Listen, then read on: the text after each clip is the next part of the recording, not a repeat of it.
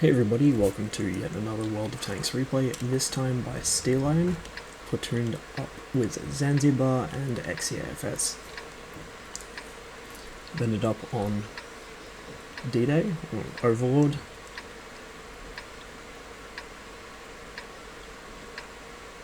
And on the North Spawn.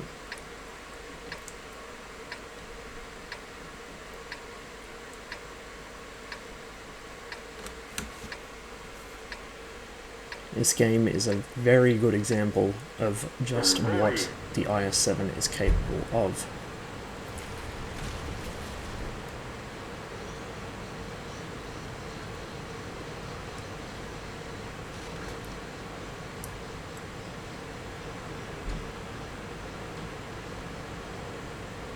So far so good, not too many people heading down to the beach.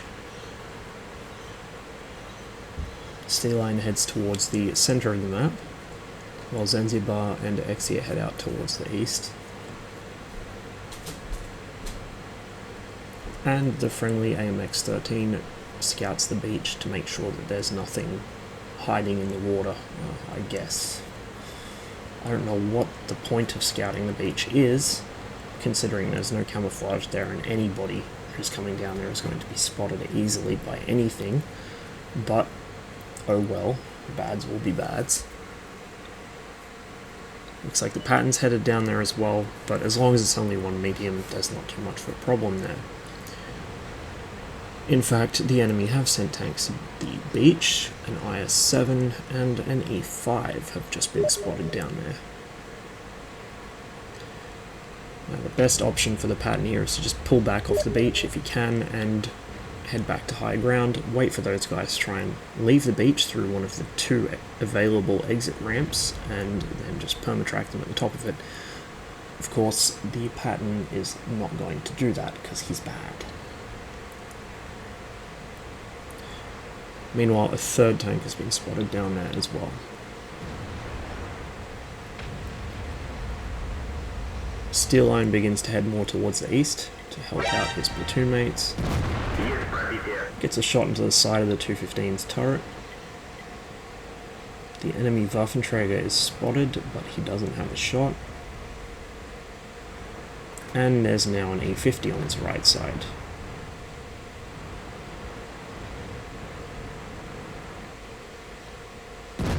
His 1375 gets a bit more than he bargained for. The enemy actually have a 5120 and a 5100 up ahead, but against an IS-7 in this kind of terrain they're going to have a lot of difficulty. There's a lot of cover around, plenty of changes in terrain elevation. It's perfect turf for an IS-7. Not so much for a big squishy French tank. 5120 tries to get cute and pull a flanking move.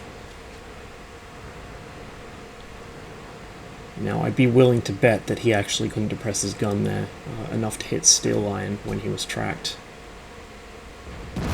Similarly, the 5100 can't depress his gun and takes a hit in Jesus, I can't speak. The process of learning about his gun depression. Sorry, I am not a morning person. 5120 is distracted, takes a big hit in the side for it. The IS-7's gun might not be very accurate, but when it hits, it certainly makes it known. And another big hit, straight through the fuel tanks and engine, and lights the 5120 on fire. He does put it out, but that's a lot of hit points he can't afford to lose. He gets the finisher.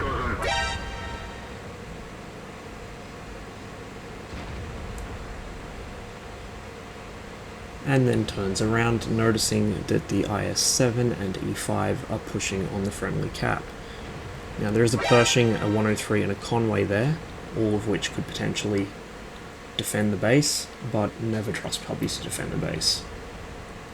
The Waffle's spotted running towards the beach behind Steel Iron, but it's not paying any attention to him, and he's got more pressing matters to attend to, so he just leaves it.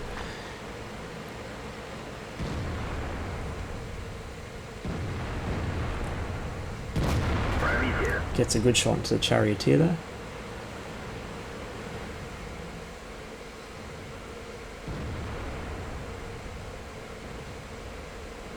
But it backs down into cover. Now he's got to deal with this IS-7.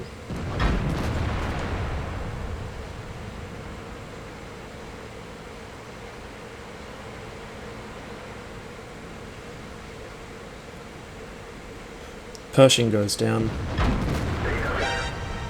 And now Steel Iron is the only one fighting these guys, aside from the M103 possibly. The M103 is certainly in a position where he could engage them, but I'm not sure if he actually is. I think he's AFK, it looks like.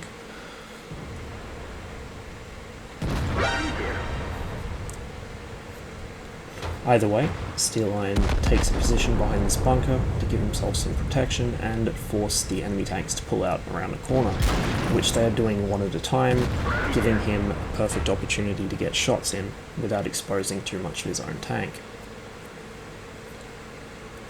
Meanwhile, Zanzibar's repositioned to help out, and the friendly ST-1 goes for the enemy cap. Unfortunately for him, the Waffenträger was last seen around there, so he's probably going to get his ass kicked as soon as it notices him.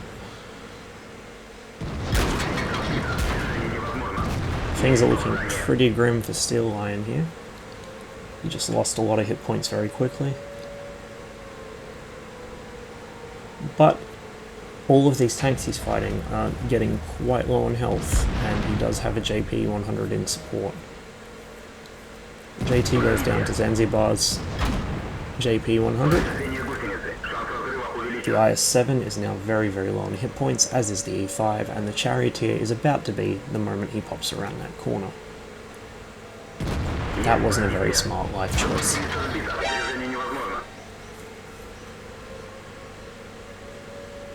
Zanzibar moves up to take some of the pressure off of Steel Iron. The Charioteer backs off, but it's too late. And then the E5 gets punished for letting his attention lapse.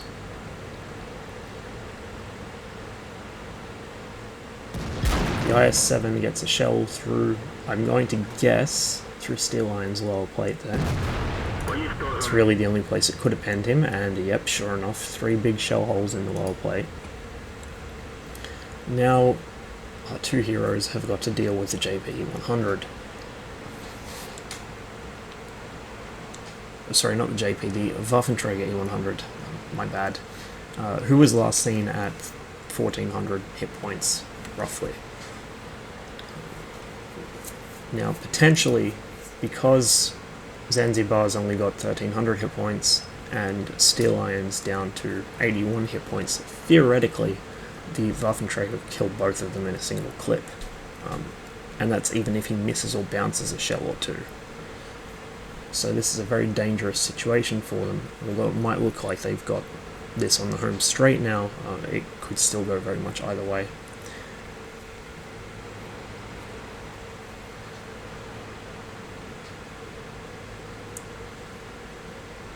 The two move up together, but spaced safely apart. Keeping your spacing is a good idea when there's a Waffenträger around, because it forces them to actually traverse their turret. If you have 2 or 3 people right next to each other, it's a Waffenträger's dream, because all he has to do is just slightly move his mouse and hold down the left mouse button, and he'll kill all of you. In this situation, he's forced to pick one target or the other. There's also a higher chance that one of them will slip past unnoticed, although it's not likely to be Zanzibar in that thing.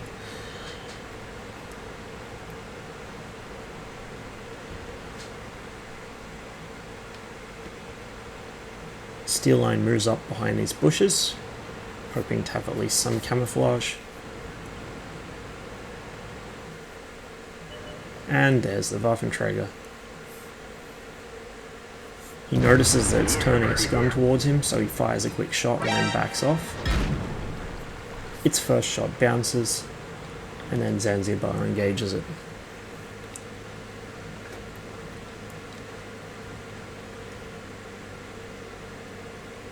Steel Iron waits for the shot.